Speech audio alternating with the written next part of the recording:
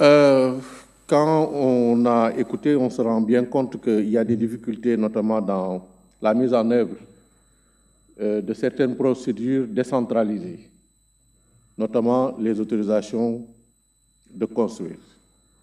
Et là, je voudrais dire que je ne suis pas totalement d'accord, évidemment. Pas simplement pour défendre les collectivités territoriales. On a fait une réforme qui a voulu une plus grande implication des collectivités territoriales en leur permettant de délivrer les autorisations de construire. Et ça, c'est récent. Il y a certes des difficultés dans l'application, mais des difficultés connues d'ailleurs de tous les acteurs, puisque territorialement bien situées. Le directeur général de l'urbanisme l'a rappelé, c'est surtout dans la région de Dakar. Et même là, on a identifié plus ou moins les quelques collectivités territoriales dans lesquelles on ressent réellement des difficultés, et notamment dans les délais, une fois que le dossier est instruit par les services techniques. Mais je ne crois pas, Monsieur le ministre, qu'un problème particulier doit amener l'administration à faire des règlements qui vont concerner tous les acteurs. Je rappelle d'ailleurs, et ça, en tant qu'acteurs, nous devons tous être d'accord pour avancer, que les vrais problèmes ne se situent pas au niveau des collectivités territoriales. Ça se situe au niveau de l'administration. Les collectivités souffrent de la lenteur dans le traitement des dossiers d'autorisation de lotissement. Les usagers souffrent de la lenteur dans le traitement des dossiers au niveau de l'administration avant même que ces dossiers n'arrivent au niveau des collectivités territoriales.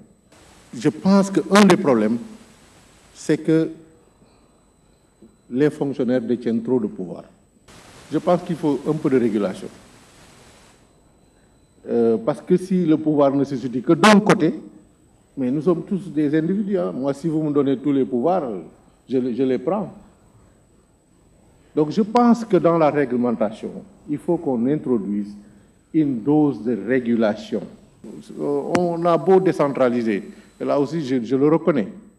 Mais comment vous pouvez donner le pouvoir d'étudier des dossiers aussi techniques à une commune qui peine même à recruter 2 à 3 personnes?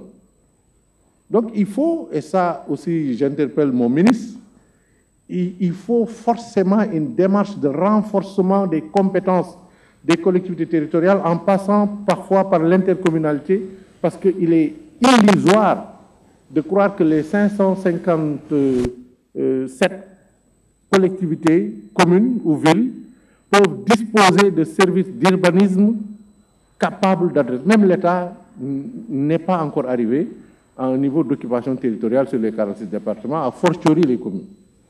Donc, donner ce pouvoir aussi intégralement aux communes, ça pose problème s'il n'y a pas une intercommunalité ou une solidarité. Et je pense que ça, on le réussit très bien.